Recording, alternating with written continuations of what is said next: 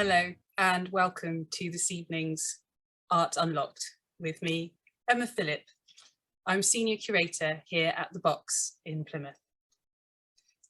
For the benefit of our blind and partially sighted audience members, I'm a white woman in her 40s in a navy blue suit with shoulder length brown hair, and I'm sitting down in our media workroom in the basement of The Box. So behind me there's a bank of computers and also a Steenbeck film editing machine, in case any of you are wondering what you can see there. So what is The Box?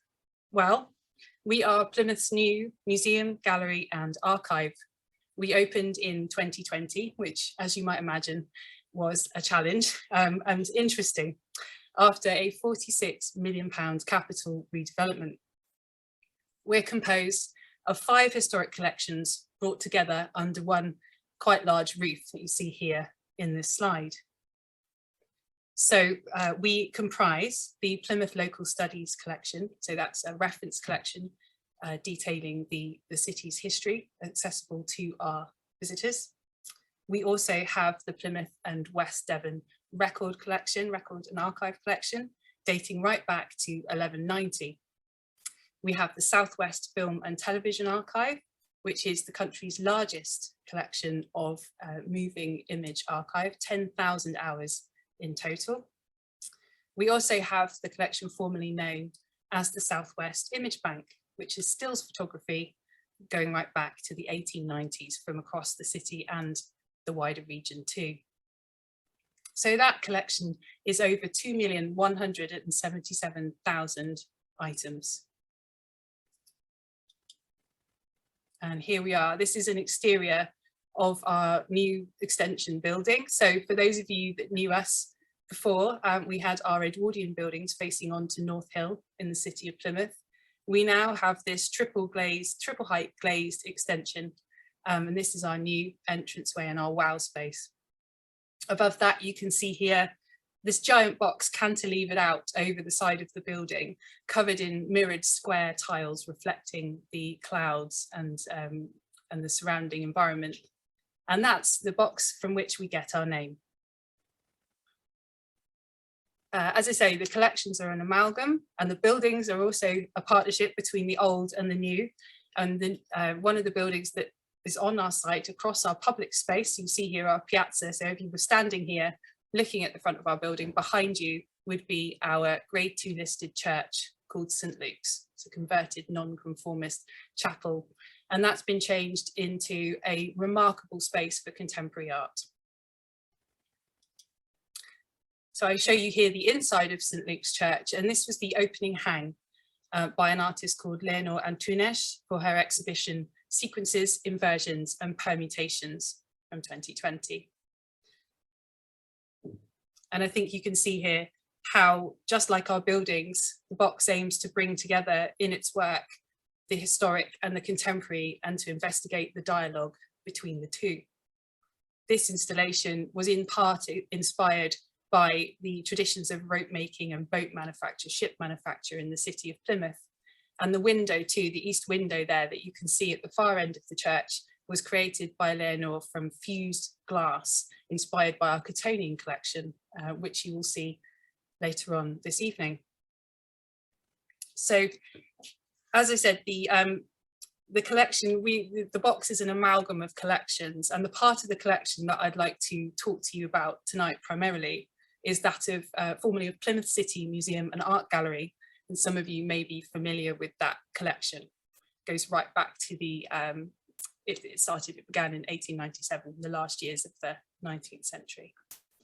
It comprises lots of different, very broad ranging collections. So we have craft, contemporary crafts, and we've got kind of regional crafts and Ives pottery, etc. We've got textiles going back to the 18th century and beyond, silver, decorative art collections. We have our designated Cottonian collection, as I mentioned previously, and we'll see that shortly. We have over 850 oils and more than 10,000 works on paper. And many of the oils, all of the oils, in fact, are on Art UK, and we're increasing the number of works on paper as fast as we can too.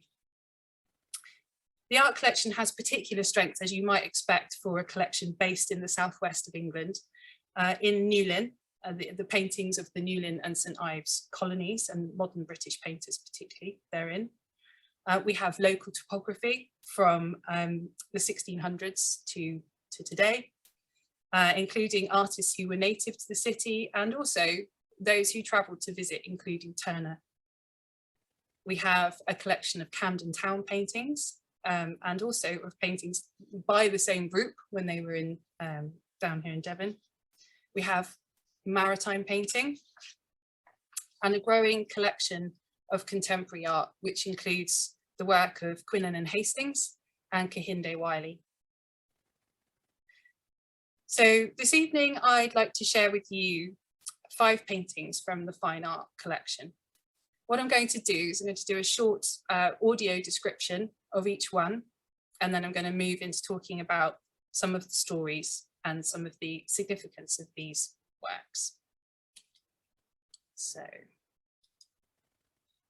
first up, we have A Fish Sail on a Cornish Beach from 1885 by Stanhope Forbes.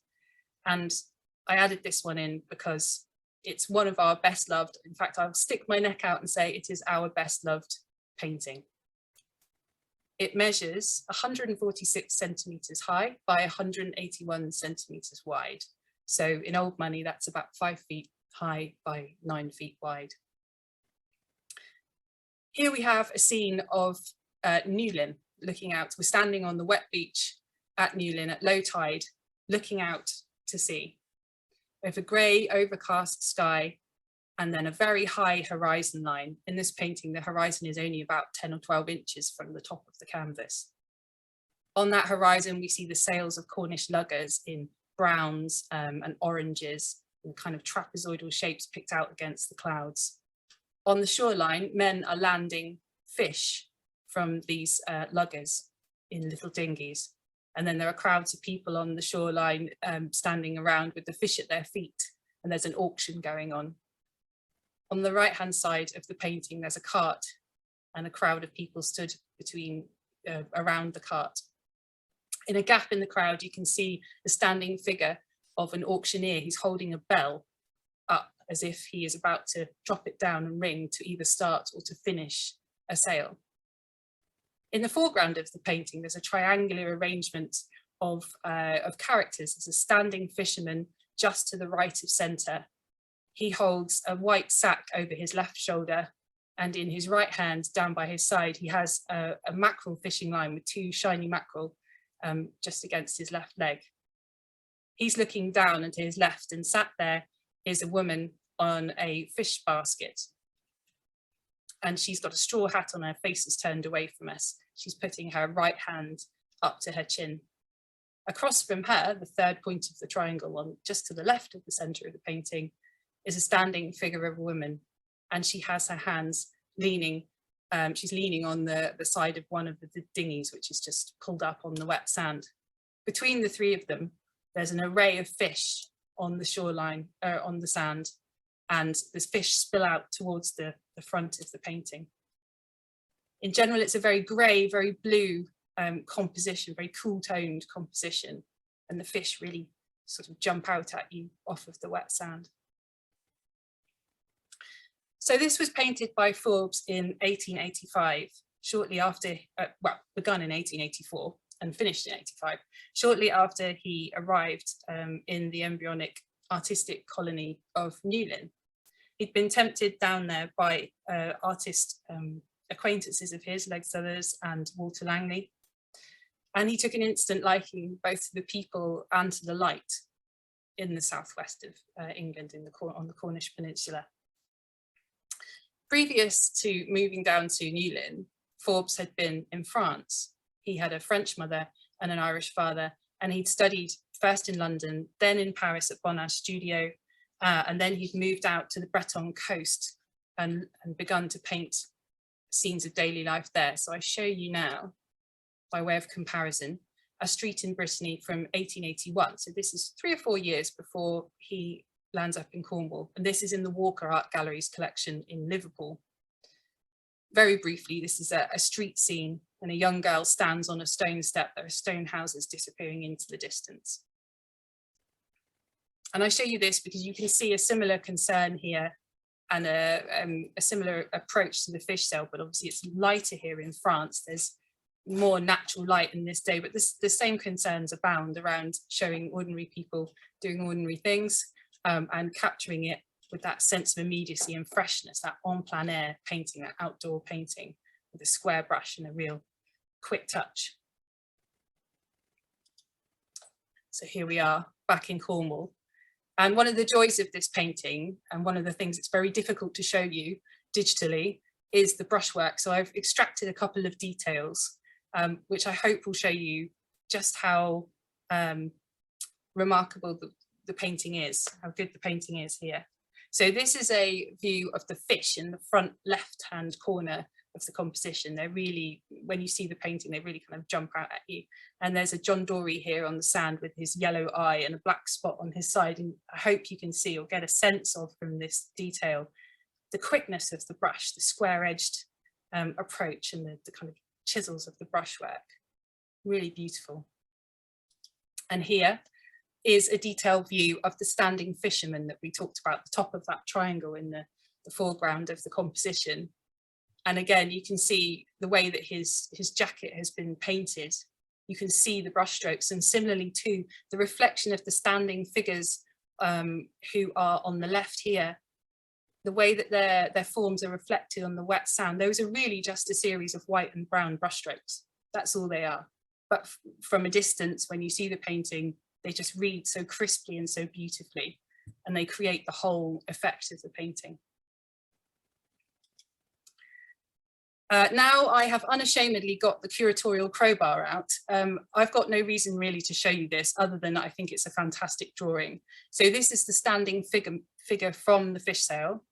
His name was Martin Sampson. He's a local fisherman in Newlyn. And this pastel comes from 1887. It's also in our collection. And I include it here just because I think it's wonderful. And I will find any excuse to show it. So here we are. This is Martin Sampson. I think you can see here really how skilled a draftsman Forbes was too. So this is about a life-size study pretty much. So in Cornwall, Forbes had a ready supply of models, although he complained they were more pricey than in France, and often the women had an irritating habit of having fringes that hid their true beauty.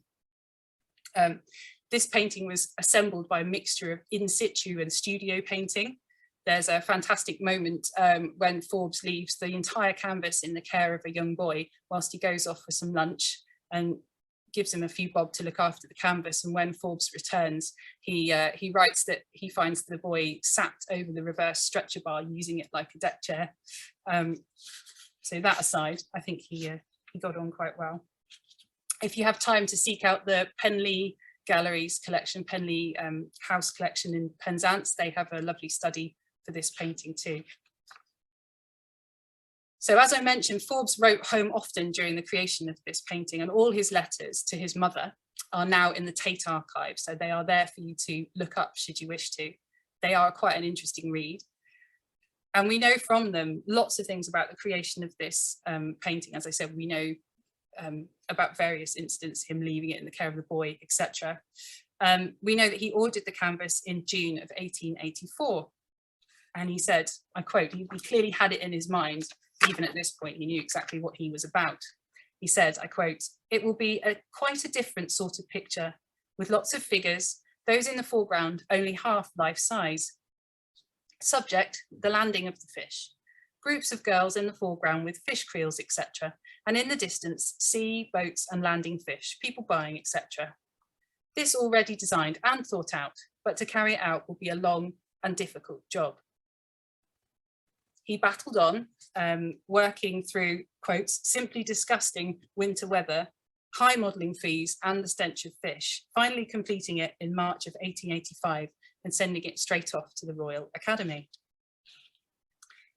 People often assume that we must have purchased this painting directly around that time from the artist or from the Royal Academy, but no, actually we only acquired this in 1962 from a private collection. And the reason we were able to do so is because when it was up at the Royal Academy, it was considered by the trustees of the Chantry Bequest, which is was a big charitable fund, a legacy of a sculptor called Chantry. And the Chantry Bequest was instituted to buy works of art for the national collection that later became Tate. And they took a really serious interest in this painting, but on balance decided it was too French because of this plein air painting, because of this brushwork, too square, too French, too heavily influenced. And so off it went into various private collections until happily we acquired it in 1962. Okay, now for something rather different. This is Stanley Spencer's Hoe Garden Nursery from 1955. Another oil on canvas, and it measures 81 centimetres high by 122 centimetres wide. We have here a view across the Plymouth Corporation nursery, where bedding plants were grown for the beautification of the city.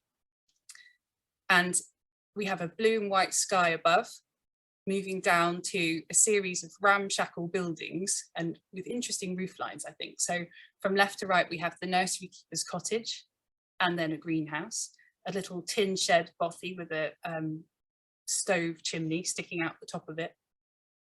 Then we have some weather stations moving across. So we have 2 white weather stations, and in between them, a brick and wooden viewing platform with green wooden rails that you could use to hop up and look up over the hoe. And then right at the right-hand side of the painting, in the middle, we have what looks to be an abandoned bookcase leaning against the observation platform. In the foreground of the painting, there's a breeze block wall that runs diagonally from the left to the right, kind of leading your eye through the composition. And then on the right-hand side of that wall, there are cold frames, peeling paint, dark green painted cold frames with lots of peeling paint, and the plants are sticking up through the tops of them. There's a series of bean canes in the second hotbed, the second cold frame away from us, and these bean canes are at strange angles vertically. It's a painting full of texture and colour. Every plant, every leaf, every surface, the wood, the tin, the slates on the roof, they're all lots of different kind of slightly variable kind of textures, very interesting to look at. So some of you may know Plymouth Hoe, others I'm sure will not. Plymouth Hoe is a public park, and it's a site of real ceremony and historic importance for Plymouth. It overlooks the sweeping natural amphitheatre of Plymouth Sound, and you have the river Tamar on one side and the River Plym on the other, emptying out into the Sound. Up there is Smeaton's Tower, our very famous lighthouse. So you see that here, just behind the chimney of the stove there, with a green lantern and a red weather vane on top. And then on the right-hand side of the painting, you see Drake's monument, a monument to Sir Francis Drake, behind a young tree there. And these are both key to the story of this painting, because it was commissioned in 1955 by the Friends of Plymouth City Museum and Art Gallery and the corporation itself. The brief was to produce a view of Plymouth Hoe and to include Drake's monument and Smeaton's Tower. Spencer honoured the deal, but not perhaps in the way that they were expecting. We have many, many views of Plymouth in the collection, and particularly of Plymouth Hoe. And I think I can honestly say this is the only one that takes this angle across the allotments. I imagine they were surprised by this, but I hope they weren't upset, because I think, you know, hand on heart, cards on table, this is one of my absolute favourite paintings in the entire collection. And the great joy of working at the box is that we can see objects like this from lots of different angles. And I had known that there was a shot of Spencer painting this painting because I'd seen it in the object history files. It was reported in the local paper in 1955. One called my brilliant colleague, Stacey, the media archivist, and here we have it in the original. And not only this, but 9 or 10 in a sequence. So they must have had Spencer kind of posing for a good half hour or so. So you can see Spencer here hard at work with his easel, just putting the finishing touches on the tree, I think, in front of Smeaton's Tower. But if you look at the background and look at the easel, there's very little difference between what Spencer is giving us in the painting and what was there in real life. Very little artistic license, I think. And here is another one of the sequence. This is Spencer in a very dangerously rickety looking lean-to that I can imagine the gardeners must have erected for him. He painted this in 1955, and in the summer. So one wonders if perhaps it was just too hot and too bright for him to paint out of doors. Thankfully, he did survive. I mean, it does look rather rickety and it's very windy often on Plymouth Hoe. So how that stayed in one piece, I don't know. But thankfully for all of us, it did. And this painting resulted. So as I said, this is one of my favorite paintings in the collection. And I think not only is it beautifully and brilliantly painted, it's also a really important painting because it speaks of Plymouth's second Elizabethan age. It speaks of the end of rationing in 1954. So just the year before the restrictions were lifted. You get the sense that life is returning to some sort of normality post-war. Plymouth was incredibly hard hit in the Blitz. We lost 11,074 civilians. Plus most of the city centre was razed to the ground. The corporation and the people of Plymouth basically had to bulldoze most of it and start again. And at this point in time in 1954, they were engaged in a huge civic replanning exercise. And I like to think that what Spencer's doing here is giving us the triumph of nature over necessity once more. These gardens were turned over to the production of food in the war of necessity. Now they're back to flowers. The glass is off of the cold frames, and these plants are about to burst into life, and they're going out all across the city to make it beautiful again after the horrors of war. So for me, this is a painting that's full of joy and optimism. And even though it doesn't show you much of Plymouth, it shows you perhaps what you really need to know. Okay, so on to our third painting today. This is Bowlers Off the Hoe by Beryl Cook, and it measures 150 centimetres high by 85 centimetres wide. We can see 4 women playing bowls on the hoe, each one of them holding a shiny brown ball in their left hand. They're wearing their bowling whites. Now, Beryl and John ran at B&B on Athenaeum Terrace, and they ran that for about 10 years from 1970 until they left the city in 1997. So they were here for a good long time. And the people of Plymouth, and particularly the Hoe, were a big inspiration to Beryl Cook. She was fascinated by the characters up there.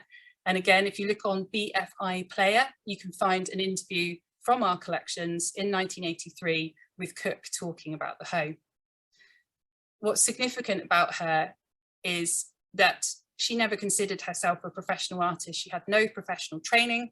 She called herself a maker of pictures, and she would make pictures on anything. So this painting is on a roller blind. So if you look on this shot here, you can see at the top and the bottom are wooden dowels, and there are actually zigzag seams running up both sides of this painting.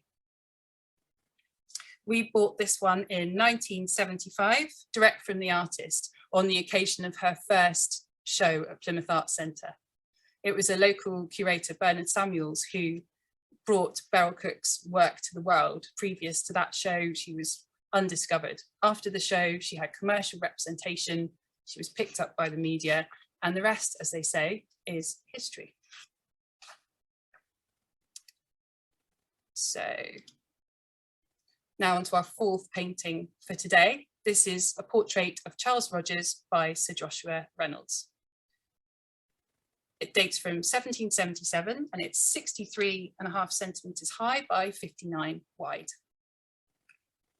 So we have an oval format portrait, the head and shoulders of Charles Rogers set against a dark, rich, brown background. He's wearing a red velvet jacket with fur trims at the cuff and the collars. And he's wearing a mustard coloured waistcoat underneath with flashes of a white shirt at his neck and a ruff of a shirt cuff at his hand. His right arm is across his body and he's holding a sheath of papers in his hand there, and he's looking over to his right, our left, as if somebody's just wandered in. Now, those papers in his hand are most likely drawings or prints, because Charles was a prolific collector and connoisseur of prints and drawings. He had over 20,000 he collected in his lifetime. And we know that it was a serious passion for him, because we still hold in our collection today over 6,000 of those. More of that later.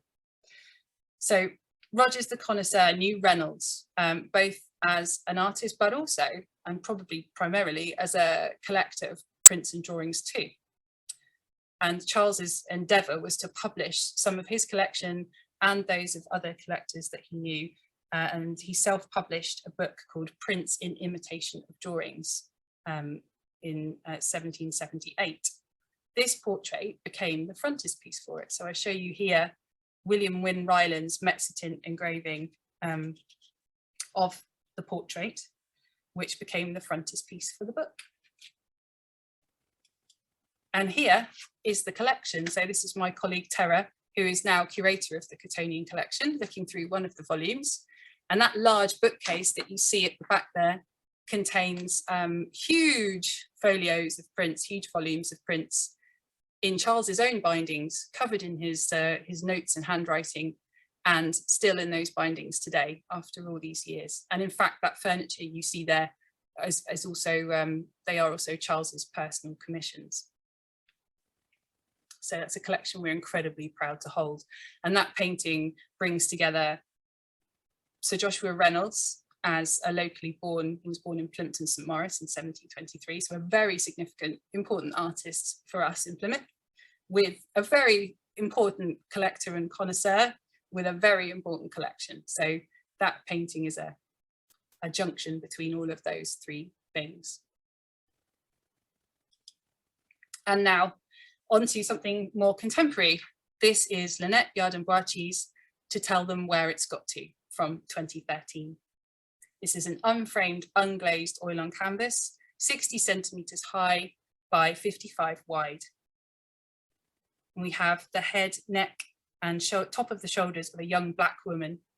Her head is turned to our left, her chin and gaze down, so that we see the strong profile of her face against the background of mustards, browns, and greens. She's wearing a dark green, chunky roll neck jumper and has her hair tied up behind her head in a neat bun. What's going on in this painting? Is she happy or is she sad? Is she about to speak? There's a hanging sense of a story that pulls us in. The title provides a further nudge toward a narrative that we're at once included in and also excluded from, to tell them where it's got to tell who, where what's got to. We are never really going to know the story here, and this is the quiet magic, quiet power of Lynette Yard and Boachi's paintings. All the more remarkable then that this is a character and not a portrait of a real living person, as with Charles Rogers before. The artist instead assembled her characters from a variety of sources, from scrapbooks, from found images, and then she reuses them. They appear in her work over and over again. You'll find this woman in other works by the artist. Yard and Boachi describes her subjects as, quotes, known to me. They are imbued with a power of their own. And Yard and Boachi also writes, she writes prose, and I encourage you, if you love her work, if you're interested in her work, do seek out her writing, because there's so much power in her writing as well. I think it really helps you approach the paintings when you read how she writes. She is undoubtedly one of Britain's most important contemporary painters, and we acquired this in 2013 with the support of the Contemporary Art Society and Corby Mora Gallery, just before she was nominated for the Turner Prize. And we were the first, I think, we were the first regional museum to buy her work. This is part of our ambition to grow our contemporary collecting, to include artists from all over the world, and to counterbalance a vast historical bias towards white male painters within our historic collection. This piece stands in dialogue with our collection of historic figurative paintings too, And it is both, a descendant of and a very strong counterpoint to our works by Reynolds, Northcote and Sickert, amongst many others. So I show you briefly here, by way of comparison, Walter Richard Sickert's Little Rachel from 1907. This is also in our collection. This is an unfinished piece, and you can see how Sickert builds the form. If you look at the bottom edge of the painting, it's very light, thin washes, and then he builds over the top with impasto layers of paint to create the form. Different to the Ardent-Barty, certainly, but they share a similar love of the materiality of paint, perhaps, and also, if you know some of Sickert's other paintings, that hanging sense of a narrative that you can't quite put your finger on. There's something there that's very interesting. Thank you for giving me the opportunity to introduce the box's collections to all of you. I hope you enjoyed seeing them. I show you here, by way of a last slide, the opening hang from 2020 of our permanent art collection. And I hope you can see in here just the range of the collection that we hold, and we would be delighted to see you down in Plymouth if you'd like to come and see it for real. Thank you.